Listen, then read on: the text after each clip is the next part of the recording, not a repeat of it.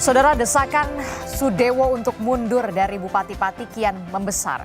Tak hanya dari masyarakat, kini DPRD Pati telah membentuk pansus hak angket DPRD Pati. Lalu bagaimana peluang untuk memakzulkan Bupati Pati atau justru Sudewo akan bertahan dan melawan? Kita akan membahasnya bersama dengan Wakil Ketua Pansus Hak Angket DPRD Pati yang nanti akan bergabung. Kemudian melalui sambungan daring sudah ada Pak Joni Kurnianto. Kemudian melalui di Studio Orange Kompas TV sudah hadir pakar komunikasi politik LSPR. Sudah ada Profesor Lely Aryani. Selamat pagi, Assalamualaikum Prof. Lely. Selamat pagi Adisti, waalaikumsalam warahmatullahi wabarakatuh. Udah lama nggak duduk sini. Iya, udah lama tidak duduk. Kita berdiskusi soal bagaimana ini serunya serunya. Ini yang lagi seru dan juga menjadi sorotan publik adalah soal bagaimana DPRD saat ini bola panasnya ada di DPRD nih, karena hak angket begitu ya pansus untuk memakzulkan, muaranya kan memakzulkan Bupati Pati Sudewo. Ini akan lagi bergulir begitu, ada 12 poin. Nah, kalau dari kacamata Prof. Lely sendiri, dengan komposisi partai pendukung, partai pengusung, ini muaranya bakal dimakzulkan atau masuk angin sih? Nah, jadi sebenarnya bola panasnya itu awalnya dari rakyat. Rakyat yang merasa kepanasan, jadi mereka melemparkan bola panas kembali dengan situasi yang memberatkan, seharusnya itu dibaca sebagai upaya untuk memberatkan rakyat ya. Kenaikan pajak 250% itu bukan hal yang biasa-biasa saja. Orang naik pajak itu paling 10%, ini langsung 250%. Di sini pertama kali dari sisi politiknya kita melihat bahwa sebenarnya inilah pentingnya pemimpin yang berkualitas. Jadi kalau dia berkualitas, dia pasti menemukan cara untuk menaikkan pendapatan daerah, tidak harus memberatkan rakyatnya. Jadi karena dia udah melemparkan bola panas, ini lewat Perbup, artinya kebijakan itu dia lahirkan sendiri. Jadi tidak melibatkan DPRD. Kalau melibatkan DPRD kan namanya perda. Nah, kalau itu bola panasnya sama rakyat bisa dilempar bukan hanya ke bupati, tapi DPRD juga harus tanggung renteng istilahnya. Jadi ini keputusan yang menurut saya tepat. Jadi riak politik yang terjadi di Pati ini bisa menjadi model loh, jangan hati-hati ya, bisa menjadi model bagi pemimpin daerah lainnya. Lalu kemudian inisiatif sudah diambil, ini kan beda antara fungsi DPRD dengan hak DPRD. Jadi hak anggota itu beda dengan fungsi. Kalau fungsinya legislatif, pengawasan sama anggaran. Nah ini termasuk hak yang mereka lakukan untuk menilai. Awalnya mungkin lewat interpelasi yang mencari keterangan saja. Tapi ini udah sampai pada hak angket. Artinya menyelidiki.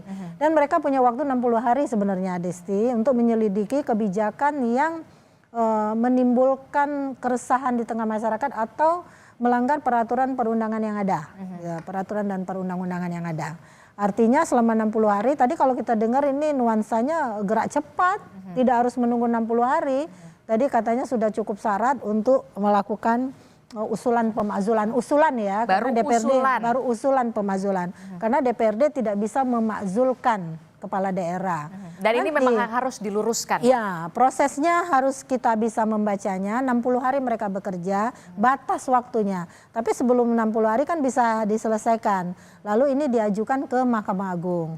Nanti di Mahkamah Agung itu punya waktu 30 hari.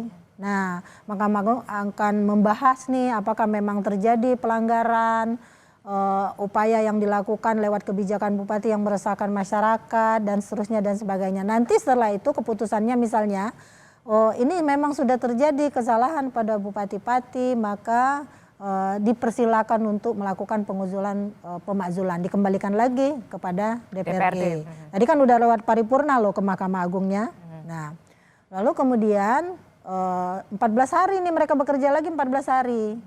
Setelah 30 hari mereka melakukan kerja 30 hari, lalu kemudian DPRD bisa melalui Kementerian Dalam Negeri untuk melakukan pengusulan pemberhentian kepala daerah. Nah ini memang harus dilakukan. Jadi intinya cukup panjang begitu ya prosesnya. Dan berliku prosesnya. Kalau saya melihat ini kan tadi sudah disebutkan oleh Prof. Lely, proses dimulai dari DPRD, laporan masyarakat, temuan audit BPK dan BPKP, kemudian juga hasil dari pengawasan, ketika sudah setuju semuanya, satu suara paripurna, kemudian barulah dibawa ke Mahkamah Agung. Nah, Mahkamah Agung punya waktu 30 hari. Dikembalikan lagi ke DPRD 14 hari. Dalam 30 hari menteri, kalau memang hasilnya itu belum tentu pemberhentian, tapi bisa peringatan keras. Jadi jangan ini dulu ya, bisa diberhentikan. Kalau memang atau keputusan Mahkamah Agung nanti pemberhentian, maka kemudian DPRD mengajukan ke Menteri Dalam Negeri. Dalam waktu 30 hari harus ada penetapan pemberhentian dari Kementerian Dalam Negeri. Jadi melalui gubernurnya ya. Melalui gubernur. Berarti sebenarnya ada potensi juga muara ini bukan dimakzulkan juga, tapi muaranya juga bisa cuma hanya peringatan keras. Itu setelah Mahkamah Agung membacanya ya barangkali ya, setelah 30 hari itu kita tidak tahu ya, kadang-kadang masalah hukum itu bertumpang tindih dengan masalah politik. Entah itu politik kekerabatan, entah itu politik kepartaian dan lain. Jangan lupa bahwa kepala daerah juga adalah kader partai yang sebisa mungkin partai-partai politik juga ingin mempertahankannya, karena kalau tidak akan digantikan dari kader partai lain yang mungkin akan memimpin di daerah itu. Nah, saya harap ini teman-teman DPRD tetap kenceng gitu, dan juga masyarakat harus bisa mengawal ini sampai tuntas. Kalau mungkin tenaganya harus ekstra untuk demo lagi, demo aja, bukan provokator ya ibaratnya. Tapi ini untuk bisa menyuarakan aspirasi, agar jangan jadi pelajaran juga bagi pemimpin-pemimpin di daerah lain, supaya jangan berpikir pendek gitu untuk mengambil satu kebijakan yang notabene akhirnya menyengsarakan rakyatnya sendiri di daerah. Saya tertarik dengan apa yang tadi dikatakan oleh Prof. Lely. Kepala daerah juga merupakan kader partai politik. Seperti kita tahu, Bupati Pati Sudewo ini juga merupakan dari Partai Gerindra, begitu ya Pak? Seharusnya ada Gerindra tadi ya. Iya, biar kita bisa lebih menggali dan juga bisa lebih eksplorasi. Nah, tapi yang kemudian menjadi pertanyaan adalah bagaimana pengaruh politik begitu ya. Kalau kita lihat hitung-hitungannya begitu, kita akan lihat dulu bagaimana komposisi partai pengusung Bupati Pati Sudewo. Kalau kita lihat ini Bupati Pati Sudewo ini diusung oleh Partai Gerindra. Kemudian ada PKB, ada juga Partai Nasdem. Oke ya, kalau kita lihat ada partai pendukungnya nih, partai pendukung yang mendukung Bupati Pati Sudewo ada Partai Golkar, partai besar. Kemudian ada PSI, kemudian ada Partai Gelora, kemudian juga ada PKN dan juga Perindo. Ini nggak main-main, hampir semuanya 8 partai mengusung dan juga mendukung. Ini ada Partai Golkar, partai besar, kemudian juga Gerindra partai yang berkuasa begitu.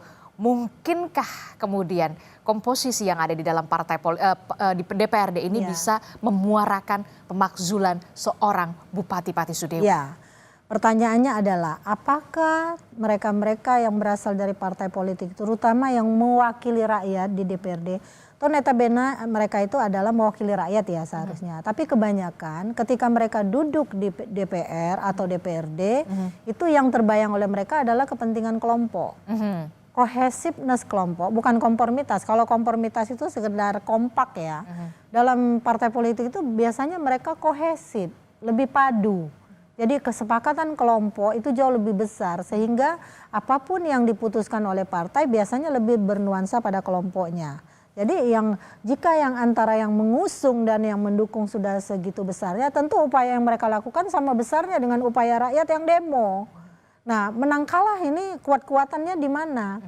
Nah, apakah mereka ini akan kalah di DPRD ini? Tapi jangan lupa juga ya, ini yang kita selalu tahu ya, di DPRD juga kan selalu ada persaingan. Persaingan individual. Seandainya dia berhenti, yang menggantikan siapa? Wah, ini bisa partai gua nih. Nanti mereka akan bisa yang memilih setelah wakil bupatinya naik. Nanti kan wakil bupati akan dipilih oleh DPRD. Nah, itu mereka bisa kerja rodi lagi ibaratnya seperti itu. Jadi kalau dilihat dari kuat-kuatan seharusnya ya, kuat suara rakyat menurut saya.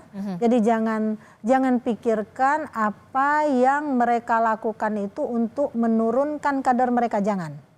Tapi mereka harus berpikir, wah ini kader kita yang tidak potensial untuk menjadi pemimpin yang lebih besar. Harusnya itu yang dilihat. Tapi kemudian yang jadi pertanyaan saya adalah, ini kan penerbitan peraturan bupati itu kalau tidak salah diterbitkan 18 Mei. 18 Mei 2025. Kemudian baru ada penolakan ini pecah lah di Agustus sampai 13 Agustus gitu ya. Waktu 3 bulan ya. Ada waktu 3 bulan. Ya. Prof. Lely. Nah, fungsi pengawasan dari DPRD ini kemana dalam tanda kutip ya, dalam tanda tanya saya begitu ya. Kalau memang sebegitu tidak berpihaknya kebijakan ini, ya kan? Ini kan kebijakan yang tidak populis dong. Ya. Nah, itu juga yang jadi masalah, bukan hanya pada fungsi pengawasan, hak legislasi, fungsi legislasi yang ada pada DPRD seringkali kan munculnya itu dari pemerintah. Jadi kebanyakan memang teman-teman di DPR dan DPRD itu kadang-kadang abai dengan fungsi yang harus mereka jalankan. Jadi kalau ada waktu selama 3 bulan ada sebuah kebijakan, keputusan bupati atau pemerintah daerah yang kemudian berimbas pada kepentingan rakyat. Seharusnya kan mereka sadar nih, saya kan mewakili rakyat, tapi itu tadi ketika mereka sudah sampai di DPR atau DPRD, yang ada dalam pikiran mereka adalah orang partai. Jadi bukan lagi wakil rakyat, kebanyakan itu yang terjadi. Sehingga mereka juga tenang-tenang aja nih, barangkali rakyat nggak bakal marah gitu pikir mereka. Padahal mereka rakyat juga, mereka itu adalah wakilnya rakyat. Harusnya mereka yang membaca, Pak Bob, nggak bisa nih. Mereka secara internal sudah membuat diri mereka membentengi rakyatnya seharusnya kan. Ini nggak bisa nih Pak Bupati, panggil dulu lah Pak Bupatinya. Ini kenapa tiba-tiba muncul ada perbub yang seperti ini bisa bahaya loh bagi daerah kita, ini terlalu besar. Bisa nggak ini dibuat lagi lebih rendah misalnya. Nah, ini tapi kita nggak mendengar itu ya, kita nggak mendengar ada perbincangan itu selama ini kan. Tiba-tiba meledak gitu. Dari masyarakat. Dari masyarakat, bola panas masyarakat yang melemparnya. Maka ini berakibat sekarang yang kita tunggu nanti hasilnya. Oke, kita akan masih tunggu bagaimana hak angket begitu ya, pansus ini bergulir begitu ya. Nah, tapi kita juga akan lihat bagaimana komposisi perolehan kursi di DPRD ya kan. Kalau kita lihat juga bagaimana pengaruhnya juga dari perolehan kursi, kita akan simak bersama. Ini dia jumlah kursi DPRD Kabupaten Pati 2024-2029. Kalau kita lihat begitu ya, Partai Demokrasi Indonesia Perjuangan PDIP memperoleh 14 kursi. Yang tidak mendukung Bupati Pati Sudewo, begitu ya. Kemudian ada PKB 6 kursi, kemudian juga ada Gerindra 6 kursi, kemudian ada Golkar juga 5 kursi, ada Partai Demokrat, Partai Nasdem. Ini kalau kita lihat, bagaimana dari melihat komposisi perolehan kursi dari partai politik di DPRD? Anda melihat 48. Ya. Ada 48 berbanding 14. Dan semuanya tapi mendukung hak angket, ya hak angket pansus.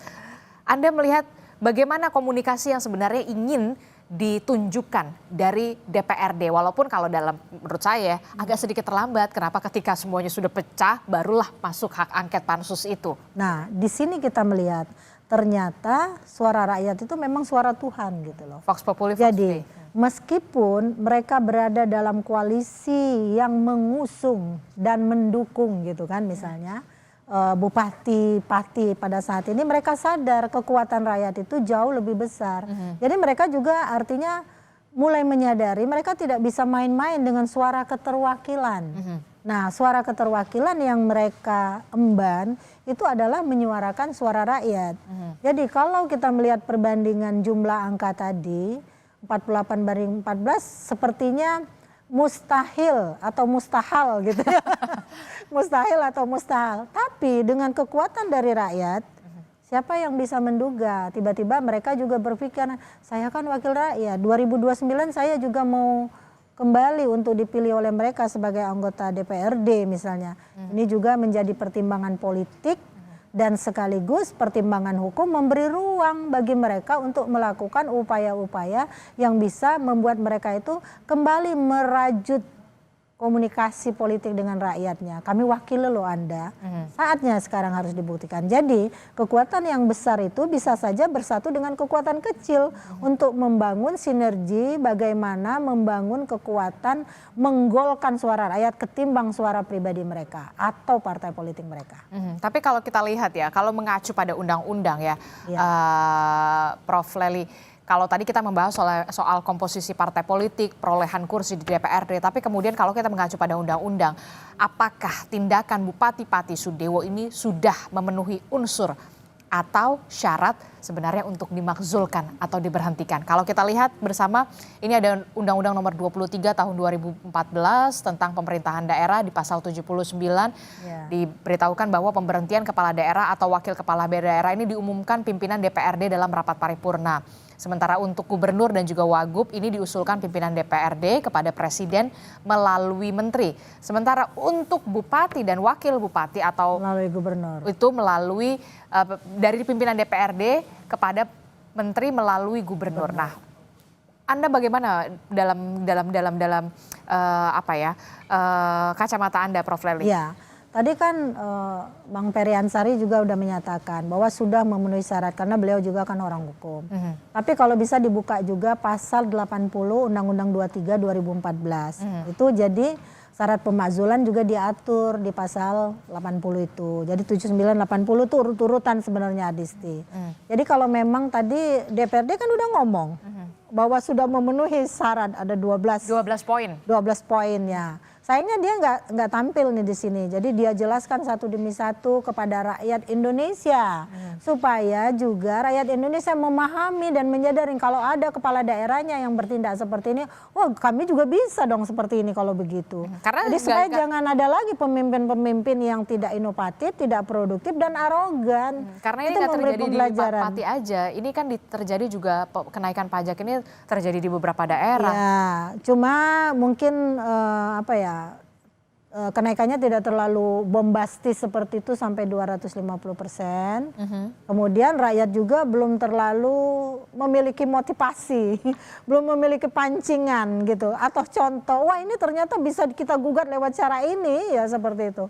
Kita bukan provokator ya, tapi ini memberi pelajaran sekali lagi bahwa komunikasi politik antara pemimpin sama rakyatnya itu tidak boleh selesai ketika dia terpilih menjadi pemimpin. Dia harus membangun suasana, oh kebutuhan rakyat saya seperti apa, keadaan rakyat saya seperti apa, kebijakan apa yang harus saya ambil sebagai langkah-langkah politik dan langkah-langkah yang tidak bertentangan dengan hukum. Itu tadi esensinya kenapa hak angket dilakukan, karena ada diduga keputusan, kebijakan apa yang dia lakukan itu meresahkan masyarakat. Membuat masyarakat tidak berdaya dan kemudian dianggap melanggar peraturan dan perundang-undangan. Iya, memang seharusnya kepala daerah tidak hanya dituntut punya inovasi, tapi juga melihat apa yang terjadi di masyarakatnya dan juga mendengarkan aspirasi di masyarakatnya, apa yang terjadi sebelum kemudian kebijakan itu diterbitkan. Saya minum dikit ya. Penting sekali begitu ya. Nah, tapi yang kemudian menjadi pertanyaan kita bersama adalah begini. Ini kan didukung Partai Gerindra ya kan, Bupati Pati Sudewo, tapi kemudian 14 suara.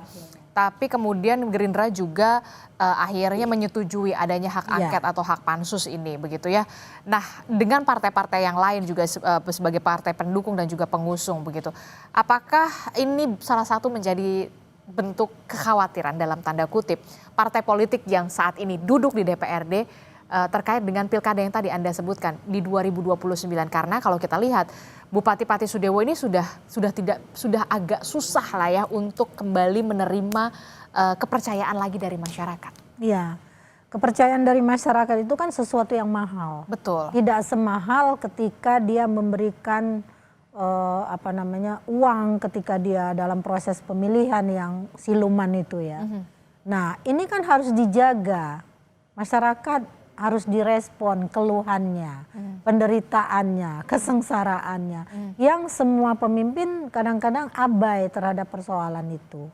Artinya partai politik yang mengusungnya dan mendukungnya itu juga harus memahami bahwa apapun tindakan politik yang mereka ambil kepada Bupati Pati ini akan berakibat untuk keterpilihan mereka selanjutnya, elektabilitas partai selanjutnya. Bahkan kader-kader politik yang kemudian tidak bergeming misalnya di DPRD, yang lain ikut dia nggak mau ikut. Dia punya konsekuensi sosial dan politik nantinya. Jadi mungkin itu juga yang memicu mereka untuk ikut bereaksi sama. Sebab tindakan politik ini memang sudah dianggap tidak disukai rakyat pasti. Begitu banyaknya ada arogansi dalam komunikasi politik, menantang rakyat untuk silakan demo sekian ribu orang, saya tidak takut. Ada pemimpin macan pun saya makan katanya. Kadang-kadang ini kan sudah menunjukkan perlawanan, bukan hanya arogansi tapi juga perlawanan kepada rakyat. Rakyat pemilik suara yang telah memilih dia, mempercayakan kepemimpinan itu kepada dia. Artinya kan rakyat itu pengen diayomi. Bukan hanya oleh kata-katanya, tapi oleh tindakan politik dan tindakan hukum yang dia lakukan. Yang semuanya harus smooth, yang semuanya harus membahagiakan rakyat.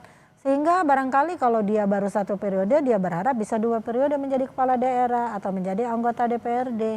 Maka sekaranglah mereka menunjukkan jati dirinya sebagai wakil rakyat yang juga membela kepentingan rakyat. Itu yang kemudian harus benar-benar, apa yang terakhir yang bisa Anda sampaikan proses pembelajaran ini. Begitu dari Pati kita semua belajar bahwa suara rakyat adalah suara Tuhan. Begitu ya, Vox Populi, Vox Dei. Termasuk juga soal pemangkasan transfer daerah ini yang kemudian dibatasi begitu ya, sudah dikurangi oleh pemerintah pusat. Ini juga menjadi pembelajaran bagi kepala-kepala daerah agar bisa punya inovasi yang lebih luas, lebih bagus begitu untuk bisa meningkatkan pendapatan asli daerah. Jangan ketika pemangkasan dari pemerintah pusatnya dipangkas gitu ya anggarannya, ya sudahlah naikkan saja pajak gitu kan. Mau ambil jalan singkatnya saja. Iya. Ini pelajarannya bagi 3 hal ya. Bagi kepala daerah dia harus inovatif, harus produktif tapi harus aspiratif. Jadi kalau dia mengambil kebijakan yang pada akhirnya akan berimbas pada positioningnya sebagai kepala daerah, itu harus dia pikirkan. Jadi berpikir dulu sebelum bertindak lah. Nah memang upaya efisiensi ini kan dilakukan bukan hanya bagi daerah Pati tapi bagi seluruh daerah. Tapi banyak juga daerah-daerah yang bisa menyiasati itu dengan mengurangi anggaran perjalanan dinas gitu kan. Membuat inovasi di daerah, misalnya pembukaan model-model lokasi pariwisata baru yang menghasilkan PAD lah istilahnya. Nah bagi anggota DPRD di seluruh Indonesia kita berharap mereka juga kalau ada tindakan kepala daerah yang masuk dalam fungsi pengawasan mereka harus lebih dulu melakukan tindakan politik dan tindakan hukum yang berkaitan dengan fungsi dan wewenang yang mereka miliki sehingga tidak melebar kepada rakyat. Dan bagi rakyat yang dizalimi oleh pemerintah daerahnya harus juga berani bersuara apabila wakil-wakilnya di DPRD tidak bersuara. Jadi semuanya bisa berkolaborasi untuk membuat satu kebijakan yang intinya memuaskan semua pihak. Dan pastinya harus pro rakyat begitu ya, harus semuanya berurusan dengan rakyat begitu ya. Terima kasih pakar komunikasi politik LSPR telah bergabung bersama kami. Sebenarnya tadi kita sudah mengundang dari Partai Gerindra perwakilan dan juga dari Pansus DPRD Pati Jawa Tengah, tapi kemudian keduanya berhalangan hadir. Tapi tidak apa-apa, saudara jangan kemana-mana. Usai jeda kami akan mengajak Anda untuk memantau bagaimana suasana rapat Pansus Hak Angket Pemakzulan Bupati Pati. Jadi tetaplah bersama kami di Sapa Indonesia Pagi.